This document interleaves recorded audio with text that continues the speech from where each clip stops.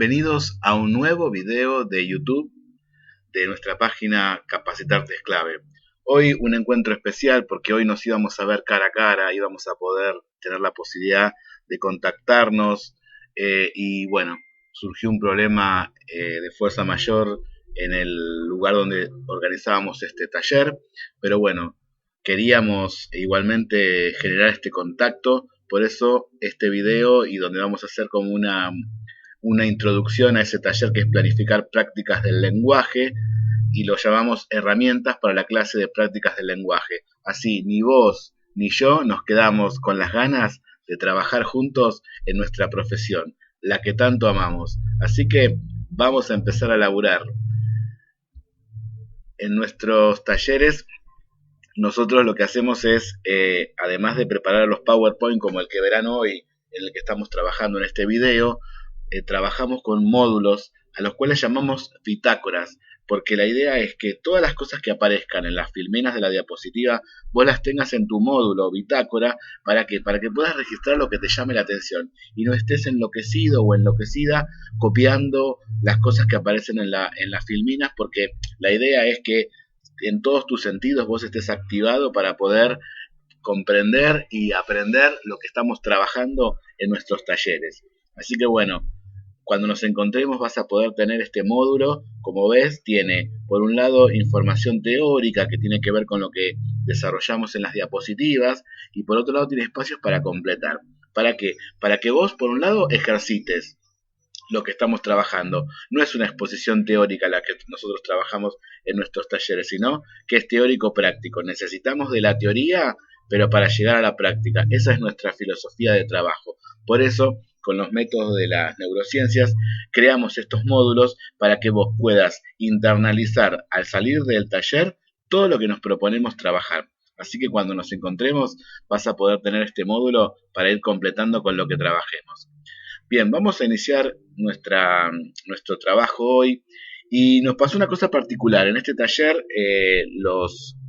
las personas que se acercaron, que quisieron anotarse en este taller, tiene una particularidad. Pues nosotros este taller, planificar prácticas del lenguaje, lo focalizamos más para el nivel primario y para el nivel secundario.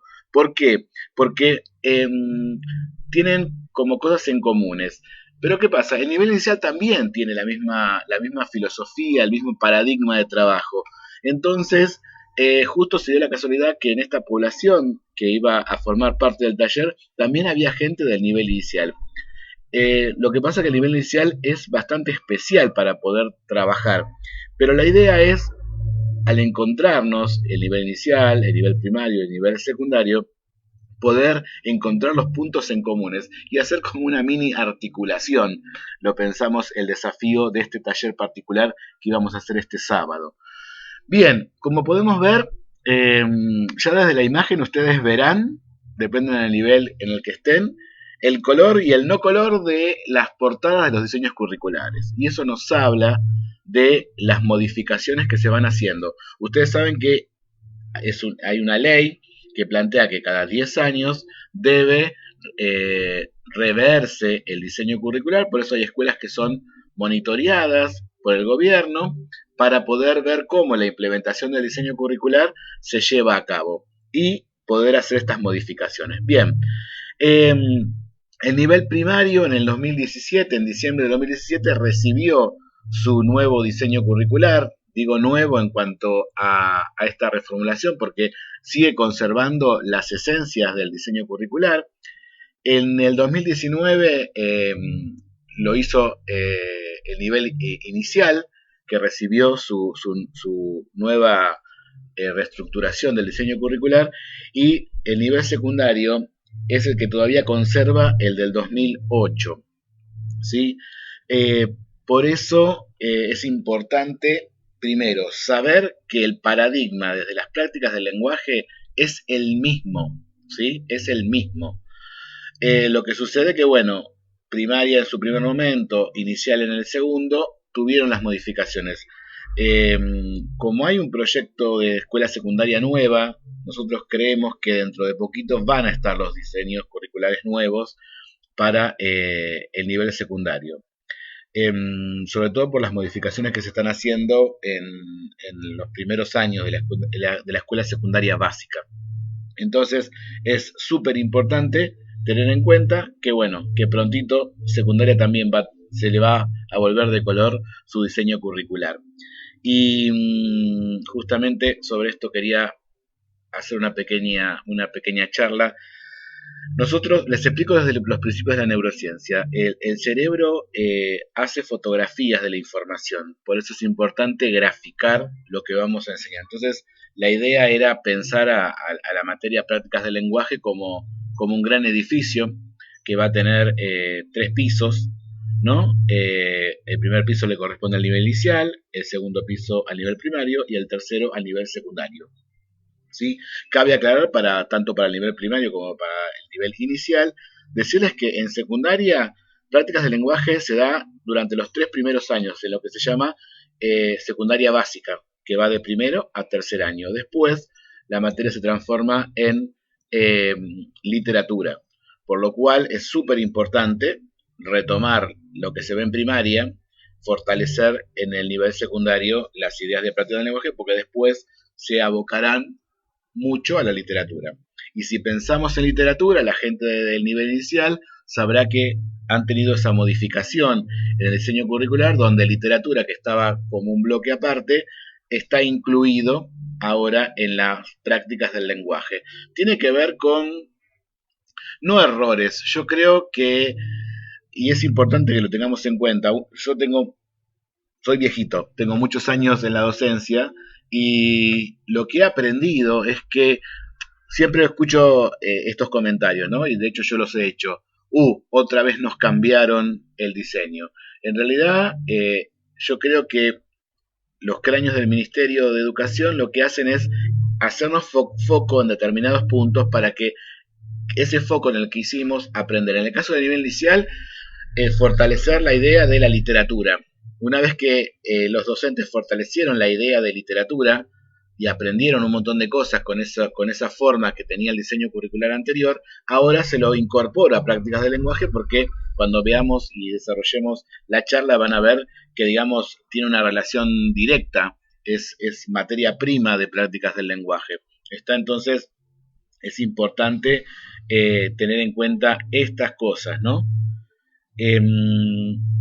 Y es importante ver cómo estos tres iba a decir edificios, estos 3 pisos tienen diferentes objetivos. Por eso, una de las herramientas me parece que es saber para qué está cada piso, ¿no?, de este edificio. Por un lado, el nivel inicial lo que procura es un ambiente alfabetizador, o sea, crear un espacio físico y mental, donde yo pueda trabajar la alfabetización. No hay ninguna prioridad puntual, sino justamente es eso, es iniciar a los chicos en esto que después se va a ir potenciando en el nivel primario y en el nivel secundario. En el nivel primario, lo que se hace como objetivo es desplegar esas prácticas con el lenguaje, ¿sí? O sea, tenemos 6 años donde eso que tomamos de jardín, eso que se generó en jardín, lo vamos a desplegar en los diferentes años. Y acá en el nivel primario tenemos un entrepiso que es la unidad pedagógica.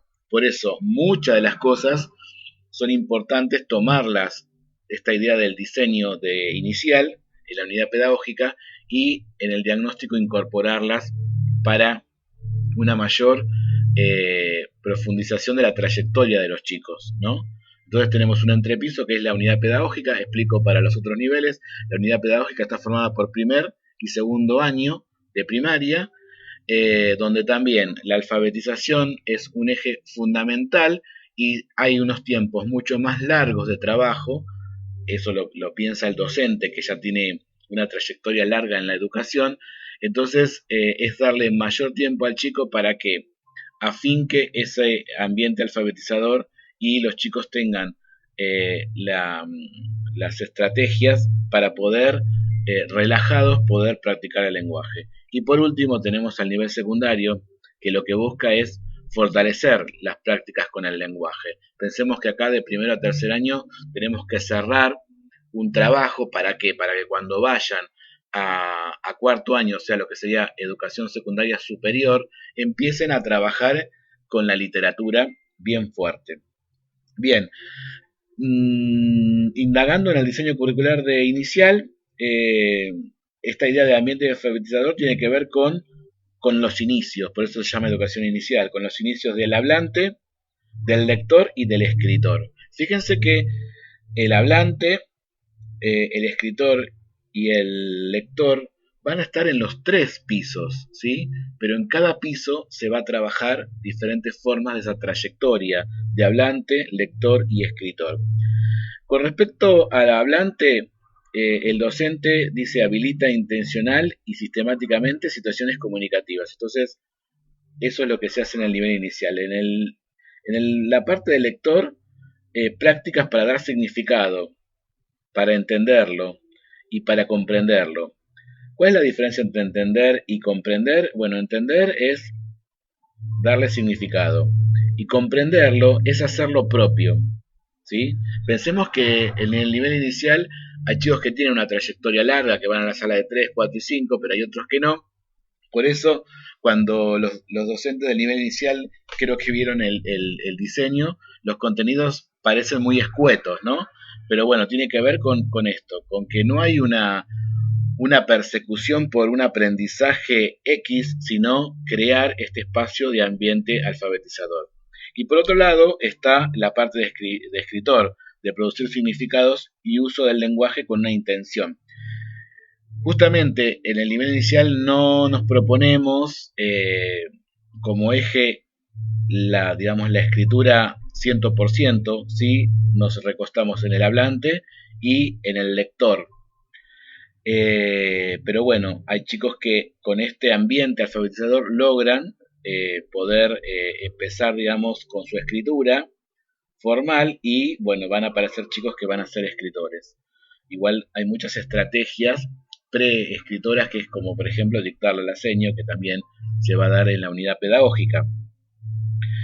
Entender, y por eso quiero, digamos, hacerme este apartado porque para los demás niveles, ¿no? Para el nivel primario y el secundario, ver cómo hay una raíz, porque la trayectoria del alumno es una.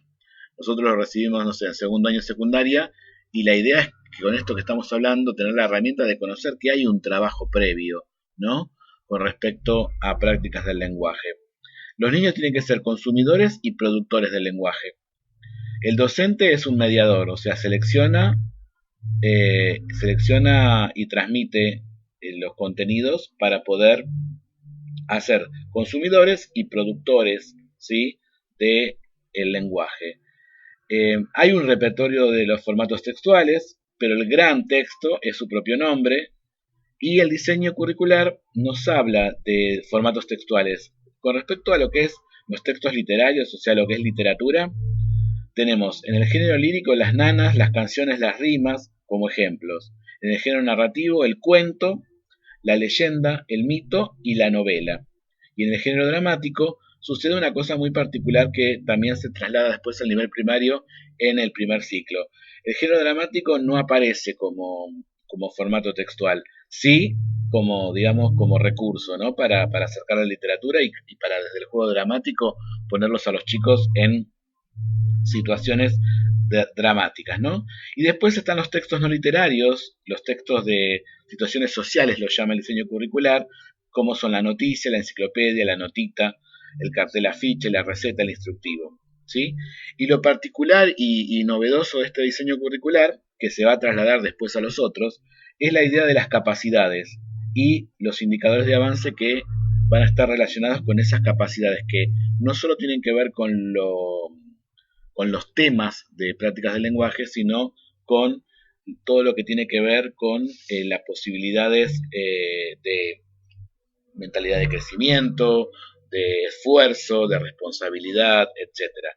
En el caso del nivel primario, como dijimos, vamos a tener esta división de primer ciclo y segundo ciclo.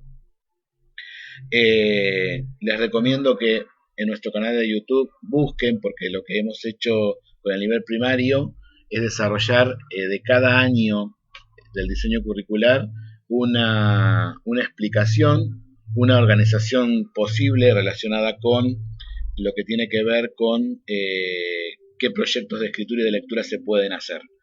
Nos falta nivel secundario, ¿por qué? Porque al no estar los contenidos nuevos, no queremos hacer un trabajo que después tengamos que replantearlo por una cuestión de que los contenidos han cambiado. Entonces, nivel secundario, todavía no hemos hecho nada por eso, ¿sí? Porque estábamos esperando. Nosotros creíamos que el año pasado ya los iban a dar, pero bueno, fíjense que recién a Jardín les llegó este año, ¿no? Bien, y a partir del diseño tenemos, digamos, paradigmas de trabajo. Entonces es importante,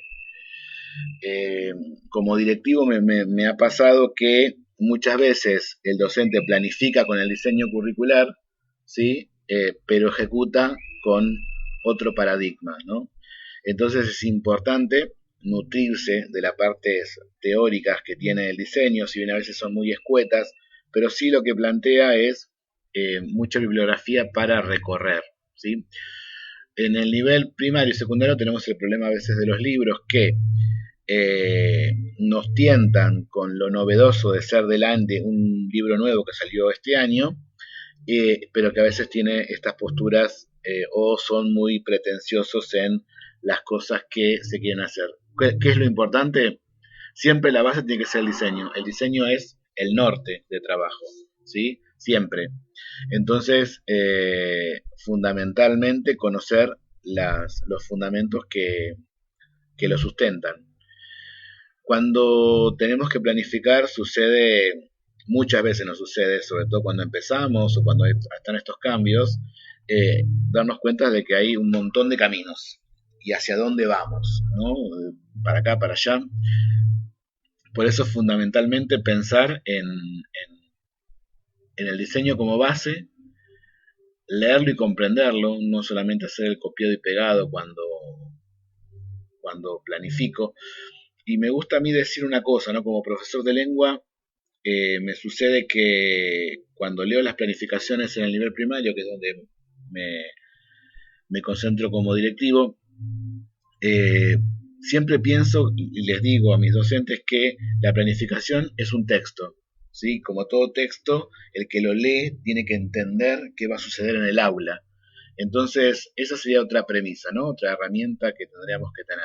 Por un lado, los fundamentos del diseño, que ahora los vamos a recorrer.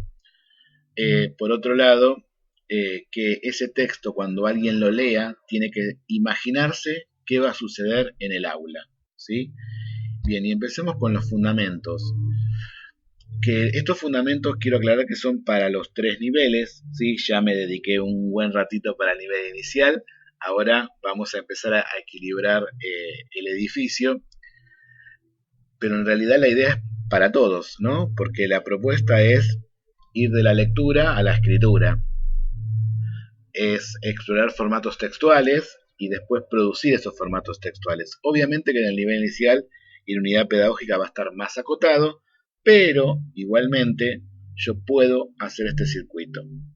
En el segundo ciclo del nivel primario y en el nivel secundario tenemos este trabajo que hacerlo constante porque el diseño curricular nos lo marca fuertemente. Esto de leer formatos textuales y escribir formatos textuales, pero indefectiblemente con la necesidad de hacer una parada entre medio, entre leer y escribir, en la reflexión del lenguaje. Los textos no se escriben como se quiere, sino que el lenguaje tiene reglas y esas reglas yo las tengo que reflexionar. Al reflexionarlas, lo que voy a hacer dentro de mis capacidades es incluirlas y poderlas ejecutar, ¿sí? Con respecto a esto, se encuentran en el canal de YouTube también 2 videos sobre reflexión sobre el lenguaje, interesantes para que puedan indagar un poquito más y no extenderme en esta idea, ¿sí? Pero sí, la vieja gramática caducó, hoy hay que reflexionar sobre el lenguaje. Entonces, yo tomo un formato textual, 1 o 2 formatos textuales en el proyecto de escritura, y lo que hago es reflexionar sobre las capacidades que tiene ese texto. Por ejemplo, un cuento me va a ofrecer la posibilidad de reflexionar sobre los verbos, sobre las palabras que me van a indicar momentos en una narración. Eh, una receta me va a indicar, me va a ofrecer la posibilidad de reflexionar sobre las características de un verbo en infinitivo, y así encontrarle a cada texto, a cada formato textual, la posibilidad de enriquecer esa comprensión lectora con la reflexión del lenguaje, porque también hace la diferencia, ¿no? Cómo coloco un punto, cómo coloco un acento, ¿sí? Entonces es súper importante tener en cuenta como herramienta que leer para escribir es fundamental, ¿sí? En el nivel inicial y en la unidad pedagógica, la escritura pasa más por el dictado al docente, que es súper importante que lo hagan porque yo les estoy dando herramientas a los chicos para que después se puedan largar solitos a escribir. Y es importante para la trayectoria educativa porque a partir del tercer año los chicos ya escriben la mayoría, ¿sí? Solitos. Otro aspecto importante es pensar que se deben hacer proyectos de lectura y escritura, ¿sí? Proyectos que tengan la lectura y la escritura como eje. Si bien el diseño curricular me plantea la posibilidad de otras estructuras didácticas, que no están prohibidas obviamente, pero el proyecto es la que le va a dar a prácticas de lenguaje la posibilidad de hacer el recorrido por todos los bloques que tiene la materia, ¿sí? Entonces, tomar del ámbito literario, del ámbito de estudio, del ámbito de la ciudadanía, del contexto cotidiano, donde ahí ya tenemos, el ámbito literario será la literatura, el ámbito de estudio, el ámbito de la ciudadanía y el contexto cotidiano, me va a ofrecer los formatos que son no literarios, los que habíamos hablado hace un ratito. Luego lo que voy a hacer es reflexionar sobre el lenguaje, ¿sí? Y me va a colaborar la biblioteca del aula con todos estos formatos textuales. ¿Y qué es lo que voy a hacer? Leer y producir, ¿sí? La idea es que podamos, que los chicos puedan pasar, digamos, a ser productores de esos textos, ¿sí? Bien, otra herramienta importante para conocer son los ámbitos. Vuelvo a decir, hablo en general, pero corre para los tres niveles. Por ahí en inicial y en unidad pedagógica hay cosas que se trabajan, digamos, más en forma invisible, ¿no? Me gusta hablar de eso, ¿no? Que muchas veces el docente no puede hacer, no puede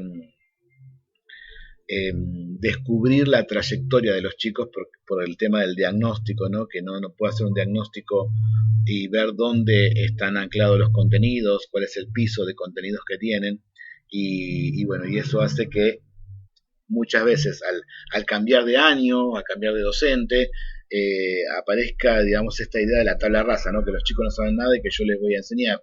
Y en realidad yo siempre tengo que pensar en la trayectoria. Por eso me pareció importante este desafío que teníamos hoy de poder hablarle al nivel inicial, al primario y al secundario, justamente para encontrar un puente para poder trabajar en conjunto, ¿sí?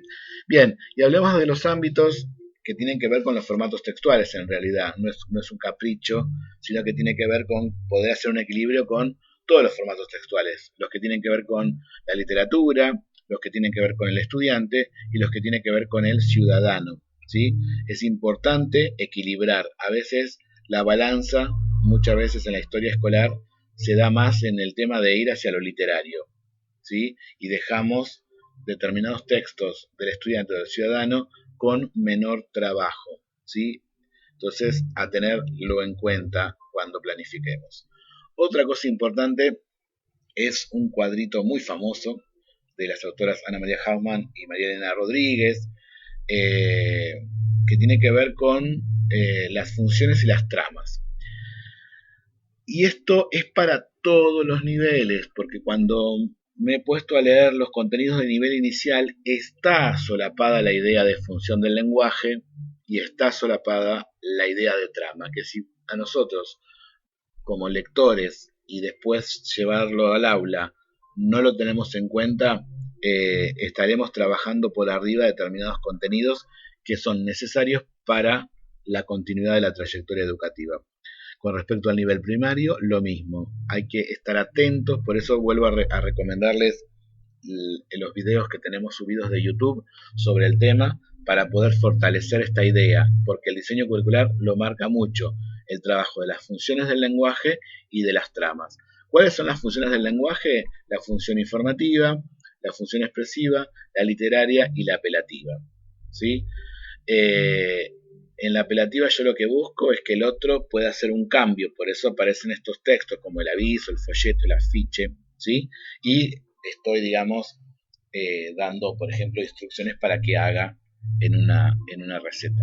¿Sí? En una historieta puede aparecer lo apelativo cuando yo reflexiono sobre un hecho de lo cotidiano. ¿Sí? Pensemos en Mafalda, por ejemplo.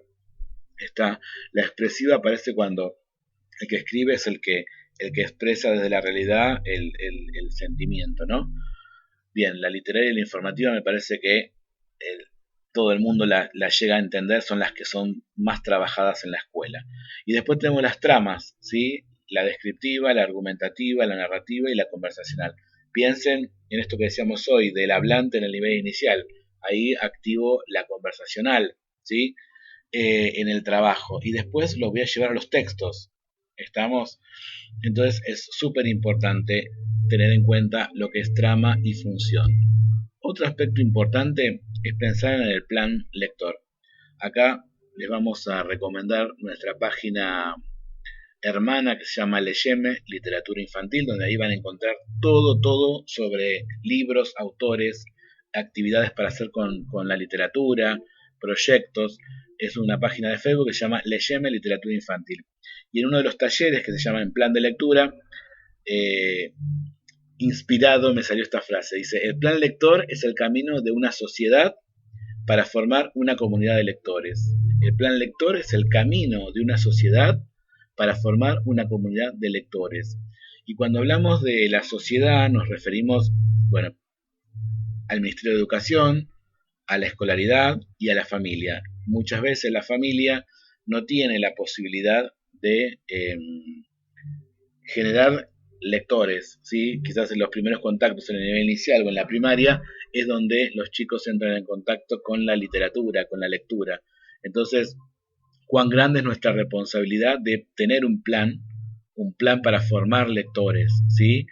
Y justamente el plan, también otra frase que me gusta decir es que no se trata de los libros, ¿sí? Sino justamente el nombre es plan lector, se refiere a los lectores. Entonces, organizar un buen plan lector es sumamente importante para la trayectoria de ese chico como lector.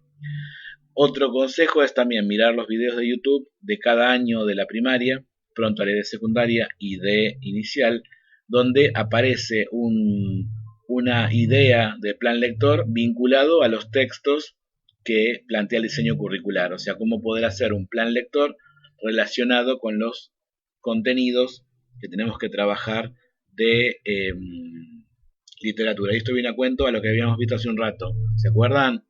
Está la biblioteca del aula, que podría ser lo relacionado con un proyecto de plan lector, por ejemplo, ¿sí? O sea, se relaciona con eso. Justamente, ¿se acuerdan que hablamos de proyecto de lectura y de escritura? Bien. Otro aspecto importante, otra herramienta importante es empezar a empaparnos de a poquito porque es bastante complejo lo que tiene que ver con las neurociencias, ¿no? Las neurociencias, como todo en educación, hay cosas que se transforman en moda.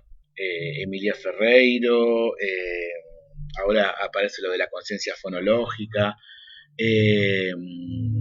esto que dicen la nueva matemática, y también está el tema de las neurociencias.